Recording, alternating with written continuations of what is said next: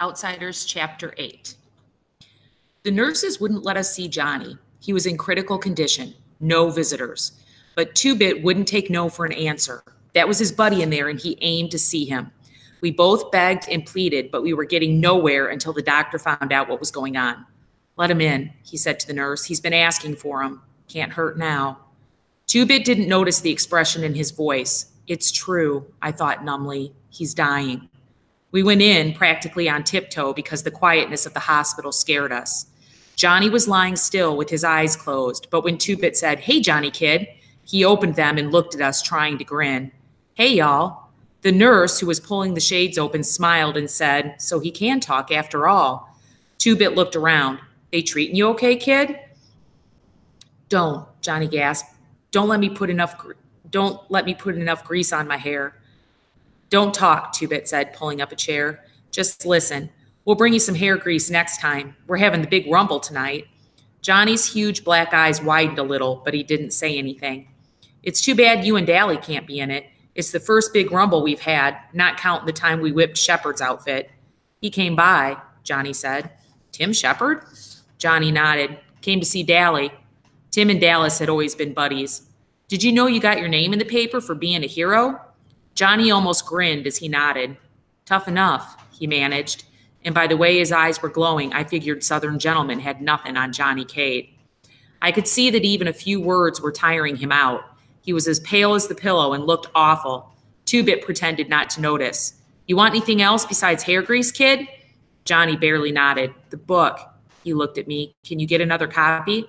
Two-Bit looked at me too. I hadn't told him about Gone with the Wind. "He wants a copy of Gone with the Wind so I can read it to him," I explained. "You want me to run down to the drugstore and get one?" "Okay," Two-Bit said cheerfully. "Don't you all run off." I sat down in Two-Bit's chair and tried to think of something to say. "Dally's going to be okay," I said finally. "And Derry and me, we're okay now." I knew Johnny understood what I meant. We had always been close buddies, and those lonely days in the church strengthened our friendship. He tried to smile again and then suddenly went white and closed his eyes tight. "Johnny," I said in alarm, "are you okay?" He nodded, keeping his eyes closed. "Yeah, just hurt sometimes. It usually don't. I can't feel anything below the middle of my back." He lay breathing heavily for a moment. "I'm pretty bad off, ain't I, Pony?" "You'll be okay," I said with fake cheerfulness. "You gotta be. We couldn't get along without you." The truth of that last statement hit me. We couldn't get along without him. We needed Johnny as much as he needed the gang, and for the same reason. "I won't be able to walk again," Johnny started, then faltered. "Not even on crutches. Busted my back." "You'll be okay," I repeated firmly. "Don't start crying," I commanded myself. "Don't start crying. You'll scare Johnny." "You want to know something, Pony Boy? I'm scared stiff. I used to talk about killing myself." He drew a quivering breath. "I don't want to die now.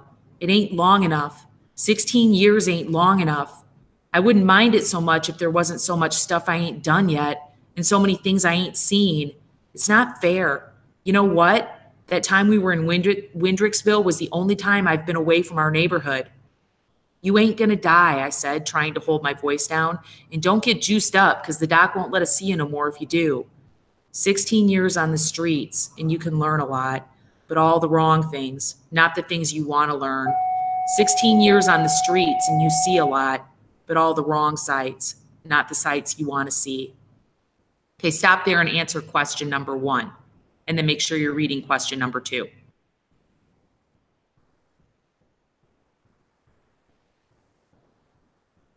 Johnny closed his eyes and rested quietly for a minute. Years of living on the East Side teaches you how to shut off your emotions. If you didn't, you would explode. You learn to cool it. A nurse appeared in the doorway. "Johnny," she said quietly, "your mother's here to see you." Johnny opened his eyes. At first, they were wide with surprise, then they darkened. "I don't want to see her," he said firmly. "She's your mother."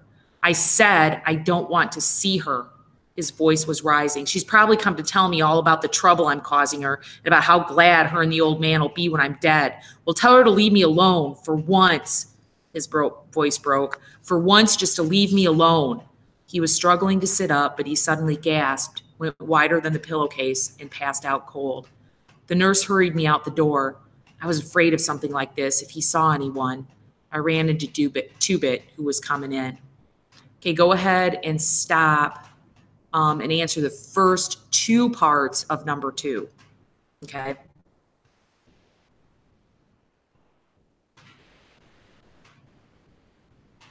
Or actually, it's the first part. And then be looking for the second part. You can't see him now, the nurse said, so Two-Bit handed her the book. Make sure he can see it when he comes around. She took it and closed the door behind her. Two-Bit stood and looked at the door a long time. I wish it was any one of us except Johnny, he said, and his voice was serious for once. We could get along without anyone but Johnny. Turning abruptly, he said, let's go see Dallas. As we walked out into the hall, we saw Johnny's mother. I knew her. She was a little woman with straight black hair and big black eyes like Johnny's, but that was as far as the resemblance went. Johnny Cake's eyes were fearful and sensitive. Hers were cheap and hard. As we passed her, she was saying, but I have a right to see him. He's my son.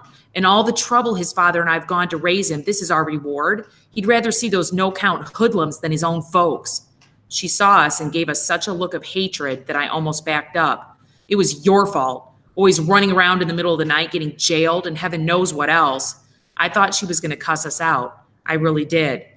Two-Bit's eyes got narrow, and I was afraid he was going to start something. I don't like to hear women get sworn at, even if they deserve it. No wonder he hates your guts, Two-Bit snapped. He was going to tell her off real good, but I shoved him along. I felt sick. No wonder Johnny didn't want to see her. No wonder he at our house and slept in the vacant lot in good weather. I remembered my mother, beautiful and golden like soda, and wise and firm like dairy. Oh, Lordy, there was a catch in Two-Bit's voice, and he was closer to tears than I'd ever seen him. He has to live with that. He hurried to the elevator to get to the next floor. I hoped the nurse would have enough sense not to let Johnny's mother see him. It would kill him. Hey, stop there and answer number 2. All of it if you haven't started answering it. And then read number 3. Dally was arguing with one of the nurses when we came in. He grinned at us. Man, am I glad to see you. These hospital people won't let me smoke, and I want out. We sat down, grinning at each other. Dally was his usual mean, ornery self. He was okay. Shepard came by to see me a while ago. That's what Johnny said. What do you want? Said he saw my picture in the paper and couldn't believe it didn't have wanted, dead or alive under it. He mostly came to rub it in about the Rumble. Man, I hate not being in that. Only last week, Tim Shepard had cracked 3 of Dally's ribs. But Dally and Tim Shepard had always been buddies. No matter how they fought, they were 2 of a kind, and they knew it. Okay, everybody stop there and answer number 3. And then read number 4.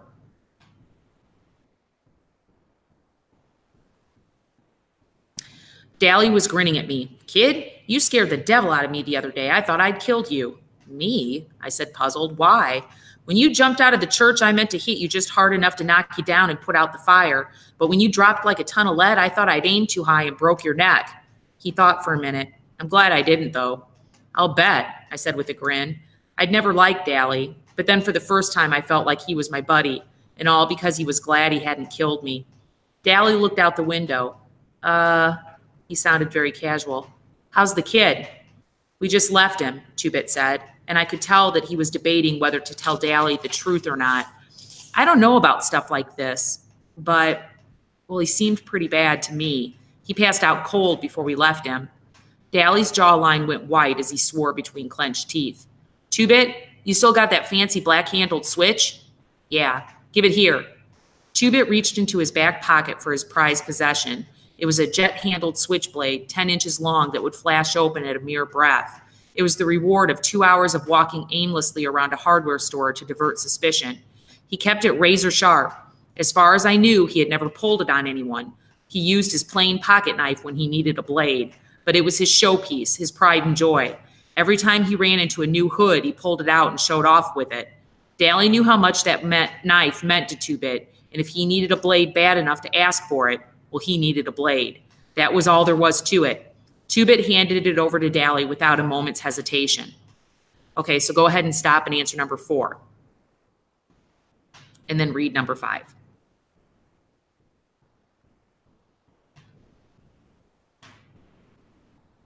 We got to win that fight tonight, Dally said. His voice was hard. We got to get even with the Socs for Johnny.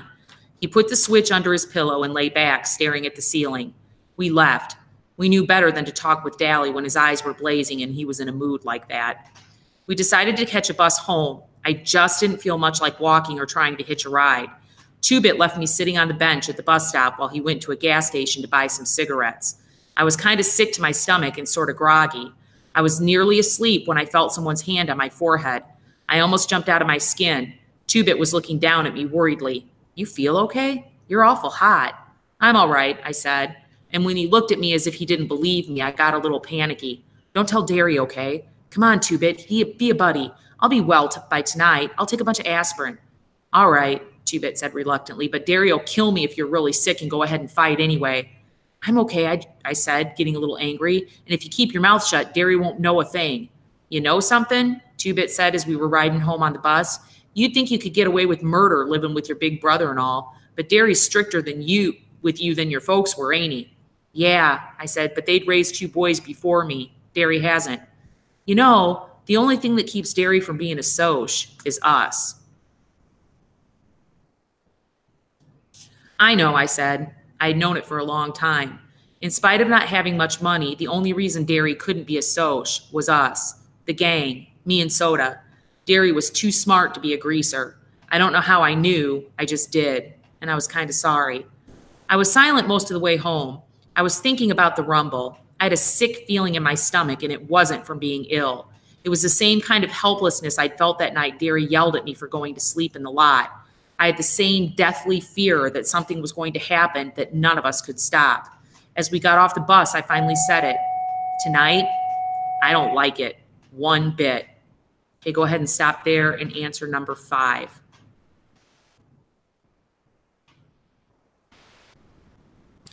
Two-Bit pretended not to understand. "I never knew you to play chicken in a rumble before, not even when you was a little kid." I knew he was trying to make me mad, but I took the bait anyway. "I ain't chicken. Two-Bit Matthews, and you know it," I said angrily. "Ain't I a Curtis, same as Soda and Derry?" Two-Bit couldn't deny this, so I went on.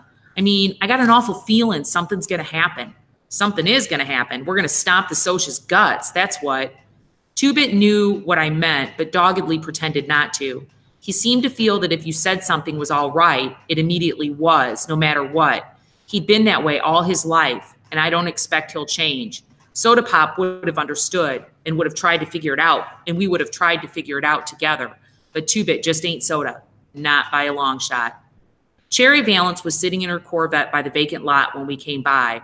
Her long hair was pinned up, and in daylight she was even better looking. That Stingray was one tough car, a bright red one. It was cool. "Hi, Pony Boy," she said. "Hey, Two-Bit." Two-Bit stopped. Apparently, Cherry had shown up there before during the week Johnny and I had spent in Windricksville. "What's up with the big times?" She tightened the strings on her ski jacket. "They play your way. No weapons, fair deal. Your rules." "You sure?" She nodded. "Randy told me. He knows for sure." Two-Bit turned and started home. "Thanks, Cherry." "Pony Boy, stay a minute," Cherry said. I stopped and went back to her car. "Randy's not going to show up at the rumble." "Yeah," I said, "I know. He's not scared. He's just sick of fighting. Bob." She swallowed, then went on quietly. "Bob was his best buddy since grade school. I thought of Soda and Steve. What if one of them saw the other killed? Would that make them stop fighting? No, I thought maybe it would make Soda stop, but not Steve. He'd go on hating and fighting. Maybe that was what Bob would have done if it had been Randy instead of him." "How's Johnny?" "Not so good," I said. "Will you go up to see him?" She shook her head. "No, I couldn't." "Why not?" I demanded. It was the least she could do. It was her boyfriend who had caused it all. And then I stopped. Her boyfriend. "I couldn't," she said in a desperate, quiet voice. "He killed Bob." "Oh, maybe Bob asked for it. I know he did. But I could never look at the person who killed him. You only knew his bad side. He could be sweet sometimes and friendly. But when he got drunk, it was that part of him that beat up Johnny. I knew it was Bob when you told me the story. He was so proud of his rings. Why do people sell liquor to boys? Why? I know there's a law against it, but kids get it anyway. I can't go see Johnny. I know I'm too young to be in love and all that, but Bob was something special. He wasn't just any boy. He had something that made people follow him, something that marked him different, maybe a little better than the crowd. Do you know what I mean?" I did. Cherry saw the same things in Dallas. That was why she was afraid to see him, afraid of loving him. I knew what she meant, all right, but she also meant she wouldn't go see Johnny because he had killed Bob. That's okay, I said sharply. It wasn't Johnny's fault Bob was a booze hound and Cherry went for boys who were bound for trouble. I wouldn't want you to see him. You're a traitor to your own kind and not loyal to us. Do you think your spying for us makes up for the fact that you're sitting out there in a Corvette while my brother drops out of school to get a job? Don't you ever feel sorry for us? Don't you ever try to give us handouts and then feel high and mighty about it? I started to turn and walk off, but something in Cherry's face made me stop. I was ashamed. I can't stand to see girls cry. She wasn't crying, but she was close to it. Okay, go ahead and stop there and answer numbers 6 and 7 if you have not done so already.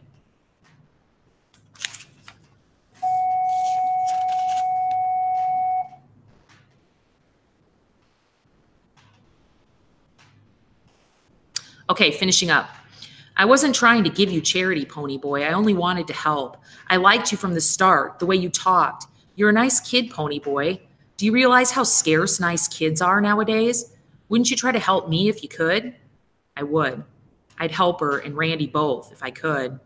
Hey, I said suddenly, can you see the sunset real good from the west side?